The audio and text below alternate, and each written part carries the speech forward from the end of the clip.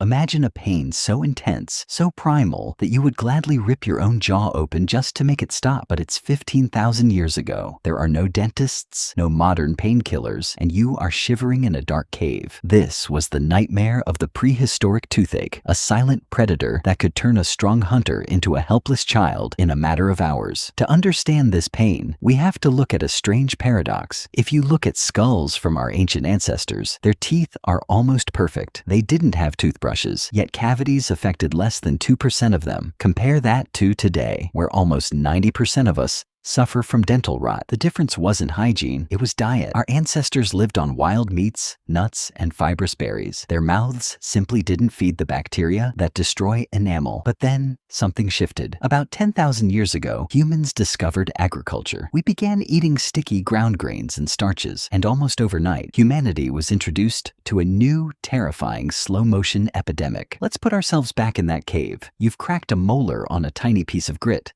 hiding in your roasted meat. At first, it's a dull throb, but as the bacteria creep deep into the root, the nerve begins to die. Think about how vulnerable you'd be. You can't sleep because the throbbing matches the heavy beat of your heart. You can't eat because chewing feels like a lightning bolt through your skull. In the wild, if you can't eat, you die.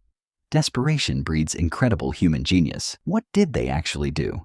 In 2015, archaeologists in Italy made a stunning discovery. They found a 14,000-year-old skeleton of a young man who had suffered from a massive infected cavity in his lower jaw. Under a microscope, they saw something beautiful.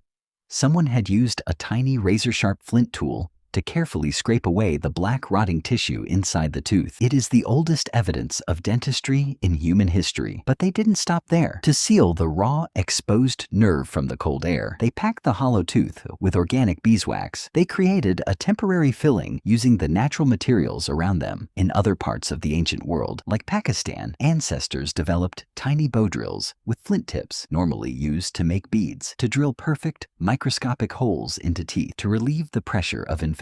The next time you sit in a comfortable, sterile dentist's chair, dreading the sound of the drill, take a breath. Remember the brave souls who faced that same blinding pain in the freezing dark, armed with nothing but a sharp stone and the determination to survive.